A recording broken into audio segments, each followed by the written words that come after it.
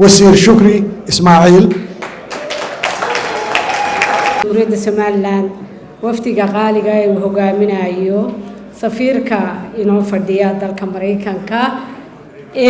la taliyaha madaxweynaha ee khaaska iyo in allaaliya inta bahda miidiyada marti sharafta halkaa isugu wada timi maanta ee runtii sida qiimaha leh noo soo dhaweysay dhammaantiin waa salaamantihiin. waxaan u malaynayaa laba wasiir oo labaduba ay aftaham yihiin markaan israa ka daba hadal dawaydu iska dul qaadan doontaan kolleyba. anigu laba qodob baan ka hadlaya maadaama aan laba koofiyadood sito oo koofiyadina ay tahay wasiirkii deegaanka iyo isbeddelka cimilada, koofiyadda kalena ay tahay anigoo matalaya haweenkii Somaliland caawa.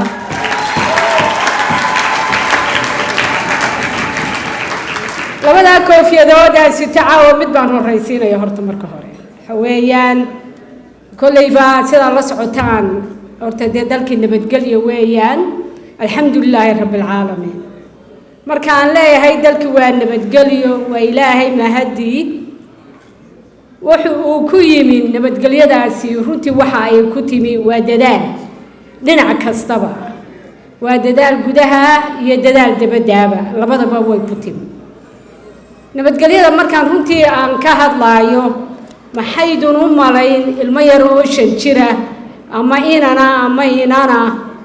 oo cararaya oo malcaamad loo diraayo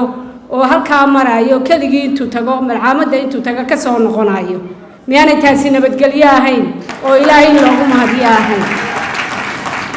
hooyo u baqaysa inaanay jirin sababtoo ah waxay aamintay inuu ilmaheedaasi uu ku nool yahay dal laga shaqeeyay oo xoog la geliyay oo awood ilaahay baa la geliyay inuu ilmaheedaasi uu ku nool yahay. dowladda Somaliland haday aynu bal dib u yar milicsano dowladda Somaliland number 1 xooga waxay gelisay waa nabadgelyada. horta marka ugu horeysa nabadgelyada ay gelisay boqolkiiba in ka badan 30 ayaa budgetkeena ku baxay nabadgelyada dalkeena waxa ku baxa boqolkiiba 30 ka badan. kaasi waxay ku tusaysaa in sida loogu hagar laayahay waxaanay ku tusaysaa haddii aanu nahay dumar ama haweenahay sida aanu runtii niyada uga fadhino ayay ku tusaysaa. hadiyo jeeraale markay wax mashaakil dhacaan dumarka ugu horeeya iyo dadka waaweyn waxay aafooyinku ku dhacaan. halkaasi waxay ku tusaysaa nabadgelyada aynu ku naaloonaynay in imika ay iyadoo jirta aanu kaga nimi ummadii iyo dalkii iyo dadkiiba. way jirtay abaaraha horta jira abaaraha imika soo noqday ee sanadahan dambe inugu soo badanaya waxa weeyaan aafo waana cimilada isbedeshay weeye. cimilada isbedeshay ayaana inoogu wacan. dowladda Somaliland maxay ka qabatay? dowladda Somaliland maxay abaaraha ka qabatay? 2015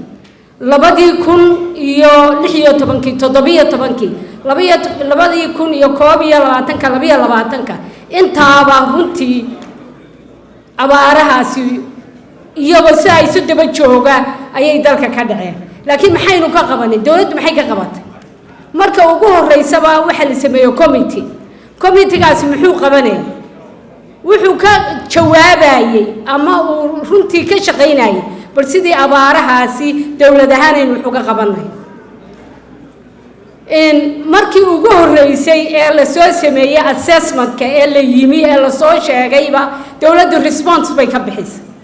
isla markiiba biyo dhaamis ayaa la galay waayo biyaha cidhiidhi galay. isla markiiba lacagtii loo allocate gareey ama meel loo dhigay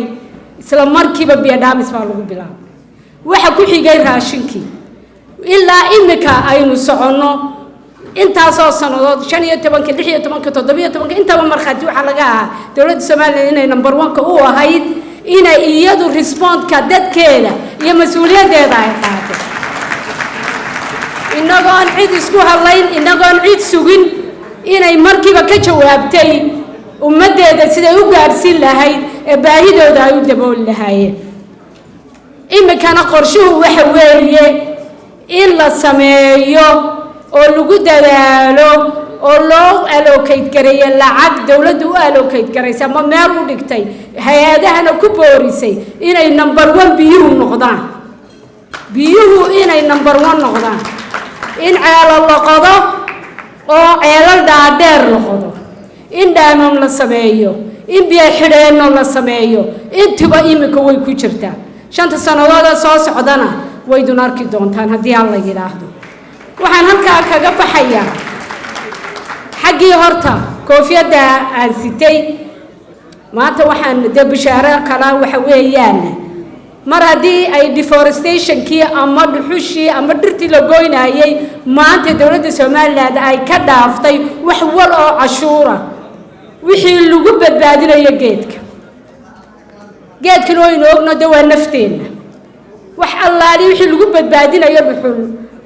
ee geed lagu badbaadinayo dowladda Soomaaliland way ka dhaaftay cashuurtii waxa aan ugu nimi iyadoo 30 ay haantu 30 tahay 12 kiilo maanta sidii u soo socotay 15 bay timi hadda ayay 15 ilaa 20 inta u dhaxaysa ay tahay sababtuna waxa weeyaan dawaa ogtiino adduunyada ka kacday qiimaha adduunyada ay ka kacday gaastu ayay inaguna aynu la soconaa laakiin dawlad geeska ah oo lacagta inta la dhintay ma jirto Soomaaliland mooyaane koofiyadii dumarka haddaan idiin yar xidho waynu ognahay waxaa jirtay 2000 waxaan maraynaa 99 ahayd ama 2000 bay ahayd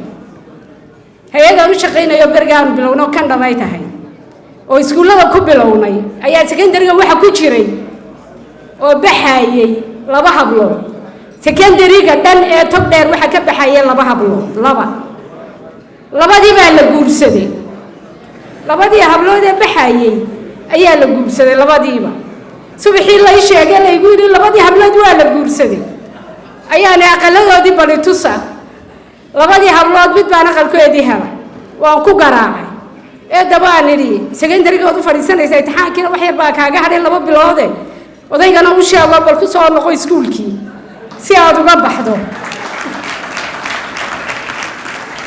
dhowr sano dabadeed ayaan meeshii iskuulka ahaa aan ku noqday xagga sare fooqaan tiri waxaan arkay geedka u xidhan iyo arday badan oo dibadda taagan war ardaydan waa maxaa geedka xidhay waxaa xidhay imtixaankii bay u diyaar garoobayaan secondary-ga maanta ay gelayaan waan eegay oo hablo badan baa ku jiray ma waxa soo hablood baa imka graduate garoobaya ana laban ka daba tagay aad moogtay 3 sano ka soo wareegtay haa baa leeyda 4 years meelaha ilma iga timi waxaan ku farxay hablaha dibadda jooga ee maanta imtixaankii galayay labadii aan ka daba tagay waqtigeedii inta u dhaxaysay maantana waxaan idinku bishaaradeynaa jaamacadda Hargeysa 100% habluhu weeye inamaduna waa 49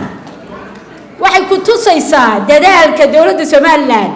ay gelisay inay haweenku wax bartaan ay halka habluhu soo gaadhaan maanta xafiis walba waad ugu tagaysaa ina shaqaysa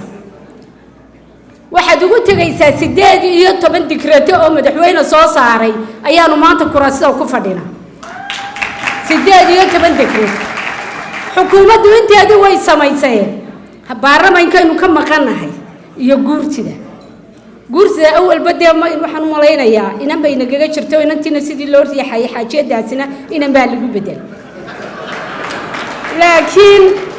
halka aynu doonayno inuu xooga saaro waa baarlamaanka hablihii imika tartamay lacagimay reebin cilmina ma reebin aqlina ma reebin odayaal ma reebin oo ragaaba waday oo reerahoodii baa horta xaq hore keenay laakiin waxay galeen tartan adag oo la yaab leh waxaan idin sheegayaa in Canab Cumar Ileeye gabadh la yidhaa walaa intiina badan canab cumar ileeye waa garanaysaanoo waa hogaankii ugu horreeyey nagaad noo qabata weeyaan canab cumar ileeye ayaa anagoo soo fadhfadhinaa la yidhi yaa gelaya xisbiyada iyagoo cusub 2001 waa la wada aamusay malaa dhowr iyo 40 baanu nahay qof kaliya 40 midna 40 may taagan naayaa gelaya baa la yidhi dee tartanka waa la isheegay markii la wada aamusay canab cumar ileeye intay kacday waxay tidhi dee ana isku kii sadqaynayo gelaye dee bali taageero canab waxaanu canabayaad yaan kugu labaynaa waxaanu kugu labaynaynaa nimco xuseen qowdhan baan aqalkeedii ugu tegay iyadoo markaa 4 inan oo yaryar haysata odayguna ka xijaabtay ayaana galabtii ku garaacay soo bax baan idhi waxay tahay xagaan u baxaa waxaan idhi dumarkii waxaynu doonaynaa inaynu gallo tartanka waxay tahay 4 inan yaryar baan haystaaye ina xaaje ii daaya ha soo kac baan kaale u shaqee kaale inamada u shaqee carruurta u shaqee way soo baxday maalin maalmaha ka mid ay tiyaatarkayga ka hortimid tii oo ordaysa oo guudahaysa saasaan u eeg nacana ii waran nimcoy ha igu soo qaadan ku tee iga aamu jow de waxa weeyaan tartan rasmi ay galaysa annaguna waa daba taagana nimco waxay noqotay wasiir bay noqotay waxa iyada iga horreysay wasiirnimada nimcadii aan ku garaacay albaabka iyada iga horreysay waxaan idiin sheegaya haddaba tartanka aanu galay iyo halkaanu ka soo bilownay eenu hablaha kaga daba tagaynay iyo maanta halka la taagay shaqaysku male haweenka waxaan u sheegayaa waa la dadaalay habluhu way tartameen mayse soo bixin cid maanaanu ku nafsa jabin halkii unbaanu kabiina ka sii sidanaa iminka ragga waxaan u sheegayaa maanta xisbiyadii waa la furayaa mar haddii xisbiyadii la furaayo xisbiga yagii baanu furanaynaa kaayagii baanu la soo baxaynaa weliba waxaan ballan qaadaynaa ragga haddii naloo ku xidho waa in xisbiga rag idinkula jira tiro raga oon 10 ama 20 ka badnayn inaanu ku darayno ma doonayno in nala dhaco oo 50 iyo 40 iyo 60 ba la noqdo xisbiyada la furayo waanu ka qayb galaynaa waanaynu tartamaynaa waxaan doonayaa haweenka halkaa jooga maalinta xisbiyada la furo inay idinkuna guntida dhiisha isaga dhigtaan oo xisbigeenu noqdo xisbiga number 1 ka ah ee soo baxay inuu noqdo jamhuuriyadda Soomaaliya waa bishaaro wanaagsan waanaynu tartamaynaa waxaan ku soo gabagabaynayaa gaangambiyay guri waa haween gaangambiyay guri waa haween abla reer Soomaaliland weligood dhexday xidhan jireen dumarka reer Soomaaliland mid baa lagu yaqaanaa maalintay ugu adag tahay inay dhexda xidhaan Soomaaliland maanta ugu adag tahay dhexda u xidha ictiraafkeeda dhexda u xidha idinkoo unity oo sidaa gacmaha isu haysta dhexda u xidha dee baarlamaanadana soo gala iyo dhulkan imanka dee iyaduna dadkuna ku gelayaan haddii raggu geli waayaan haweenka u soo gala oo representation la leeyahay sanad iyo adduunyadan dee inooga qayb gala ilaan ictiraafka inoo riixaysaan aad iyo aad baan idiin salaamayaa waa mahadsantihiin